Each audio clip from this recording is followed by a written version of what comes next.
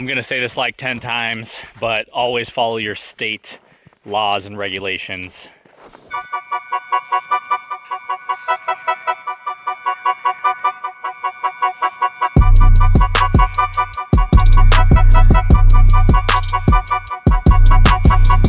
Alright, so we're going to do a quick video on trapping, specifically snaring.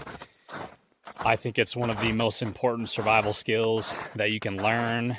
If you don't believe me, go check out the show Alone, where they drop a bunch of people in a remote place and they have to survive with, a small amount of gear. You'll notice a pattern. A lot of the people that last more than a week, they do some trapping. They set snares and they're snaring. I think it's mainly snowshoe hare that they're snaring, hares, and I'm sure they catch some rabbits too.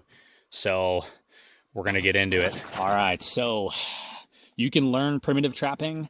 However, that takes a little bit of time, and honestly, trapping in itself is a hard skill to learn.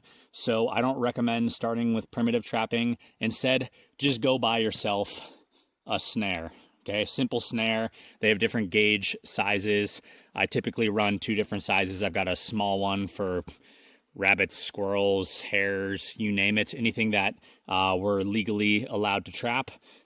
Check out your local regulations. These types of snares are amazing. They'll last a long time. They may go a little bit rusty, but you can treat them so that they won't go bad. Now, we're going to go over some basics of trapping. Some more things that are important. Obviously, I said check out Alone, the series. You'll see a lot of them do trapping. So you're not going to thrive off the animals you trap. It's definitely going to keep you going, and you can set a lot of traps. So you could set 10, 20, 30 traps and be checking all of them every day, and you might catch multiple snowshoe hare, rabbits, whatever. Again, if you're going to trap, check your local state regulations. Don't do anything illegal. Most areas you need to take a trapping course and then you get a trapping license, and then you have to renew it every year. So do what you need to do in your local state. Look up what animals are legal to trap. Go from there. This is more of an educational video, how to snare in case in a situation the supply chain breaks down and you cannot provide food for yourself and your family. You better know how to trap, in my opinion. All right, so this time of year typically is a really good time for trapping because the snow is going to reveal tracks, especially for snowshoe hare, rabbits, squirrels, whatever, these types of creatures. You can trap a little bit of everything in snares. You can go all the way up to trapping wolves with snares. However, wolves are probably not going to be the best form of survival food, and they're also extremely hard to trap. So we're just talking about how you can trap snowshoe hare, rabbits, etc. Maybe squirrels, maybe mink. Everything's going to be a little bit different. The size of the head and the neck, where they go, their ability to sense things with their sense of smell and, other senses going to be a little bit different. I think that the easiest animal to trap is going to be a hare or a rabbit. Once again, follow your local state regulations. A lot of states you're not allowed to trap snowshoe hare, so I'm not going to be actually trapping one today for you. I have trapped many snowshoe hare and rabbit in my life. However, you have to go based on your state regulations. So figure out what's legal, don't break the law. So here's your snare. Now, you have this part, the noose part, right? This is going to need to be essentially the size of the head of the animal. You want it a little bit bigger. So typically with a snowshoe hare or some rabbits, you're going to be doing about a fist size. So that's a little too big. So I'm going to be ratcheting this down. So once I set the trap, that's still a little bit too big. You're looking at about right there. So the animal needs to be able to stick its head through, and then just like a slip knot, it's going to pull on this and it's going to tighten around its neck. It's going to put the animal to sleep. And then assuming you're checking your traps every 24 hours, you're probably going to find a snowshoe hare or a rabbit or whatever you are legally allowed to catch in your state. So you need to get that size right. Now next, you're going to need it about a couple fingers above the snow or ground that you're trapping in. So a couple fingers, that's about the rule of thumb. Can you go a little higher or lower? Sure, you can, but you're going to have the most success with a couple fingers. And then what you're going to need is you're going to need a chin-up stick. So here is a good size stick, this is thick enough, so I'm gonna break this off. Boom, I got a chin up stick right there. So where those 2 fingers are, I'm gonna plant this in the snow. So instead of the rabbit dipping his head underneath, or the hare dipping his head underneath the trap like this, he's gonna go up and over the stick, boom, into the trap. So you're gonna set that kind of like if the trap were here. I'm just gonna kind of dig it in the ground, you know, about 2 fingertips up. So that is your chin up stick right there. Now you got to set this. So another thing that you're probably going to want when you're first trapping is some zip ties. So I've got some industrial zip ties right here. You can use these to attach to a branch that's not going to break. You obviously don't want a branch that's going to break, because if the rabbit pulls on it, you know, gets caught in your trap, it's just going to pull that off and run off into the woods. You're going to lose your trap, and you're going to lose your rabbit or snowshoe hare. So I'm going to need to get this 2 fingertips above the ground. I'm going to use this to attach it to a tree, and then boom, you've got your trap set. Now, obviously, you don't want to just set the trap anywhere. You typically are going to want to look for tracks. I chose a decently bad time to shoot this video because the snow has been freezing at night, melting during the day. Freezing at night, melting during the day. And we haven't been getting a lot of snowfall this year. So this snow is really hard, and so that when the rabbits or hares step on it, they're not going to leave prints. So I'm not going to be able to trap anything here. And once again, I'm not going to set an actual live trap. I'm not going to be leaving this here after the video. This is just educational, you know, trap based off your local laws, regulations, all that good stuff. So I know where some of the rabbits go. You need to get familiar with where the rabbit and snowshoe and hare trails are in your neck of the woods. So start following tracks in winter. Snowshoe hare and rabbit tracks are going to look pretty similar. You got 2 big back pads and then 2 little cute paws in the front. That's going to be your snowshoe hare or your rabbit. So really easy to locate once you know what they look like. And you're typically going to set this trap somewhere along their trail. So, and you want to find a nice cubby. So this is a decent spot right here. I know rabbits and hares are coming through this area. One of the things I'm also going to want to do, with as least disturbance of the natural area as possible, I want to set up a chute.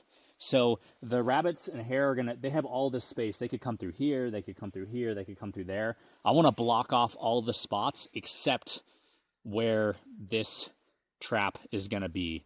And then that's how I'm going to get that snowshoe hare going where I want them to go. So I might move this branch and kind of block off this area right here. So set that there. Just make it a little harder for that hare to go anywhere else. Okay, set one here. You know, I might clear some of this out of the way. All right, so make it look more inviting. Okay, so now there's basically just a path right here. If you disturb it too much, rabbits and hares, they'll be able to sense something's going on and they might just switch paths. So if you see tracks going through an area, try not to step on the tracks as much as possible. Obviously, you need to get in the area, so you can't not step on anywhere in the area. But try to reduce as much stepping on the area as possible. And don't leave your scent everywhere. So just like deer and hunting can smell you based on where the direction of the wind is blowing, rabbits are going to probably be even more skittish than deer and hares. So anywhere you leave your scent, they're going to pick it up. And if you leave too much scent, they might just skip this whole area.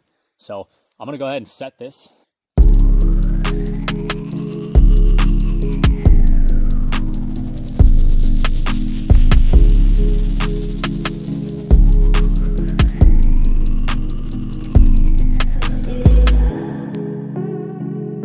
All right, so I've generally got it set up. So a couple things, a little far off the ground for now. So I'm gonna have to get this a little bit lower.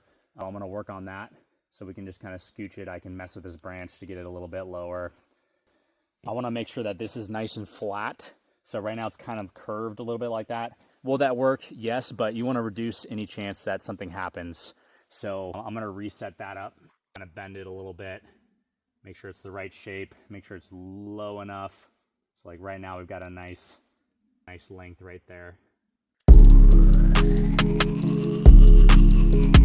And then another thing is you want to make sure that angle is right. So right now, this is the funnel right here. It's this angle. So I have to make sure that that rabbit's coming through at that angle. So I'm gonna set some more sticks on this side to prevent the rabbit from, you know, bumping a different angle than I would like. So, all right, and then I wanna get that chin up stick in there.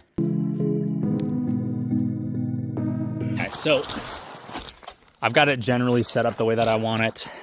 So I got it set up. It's about a fist size. I got my chin up stick. I blocked the other paths.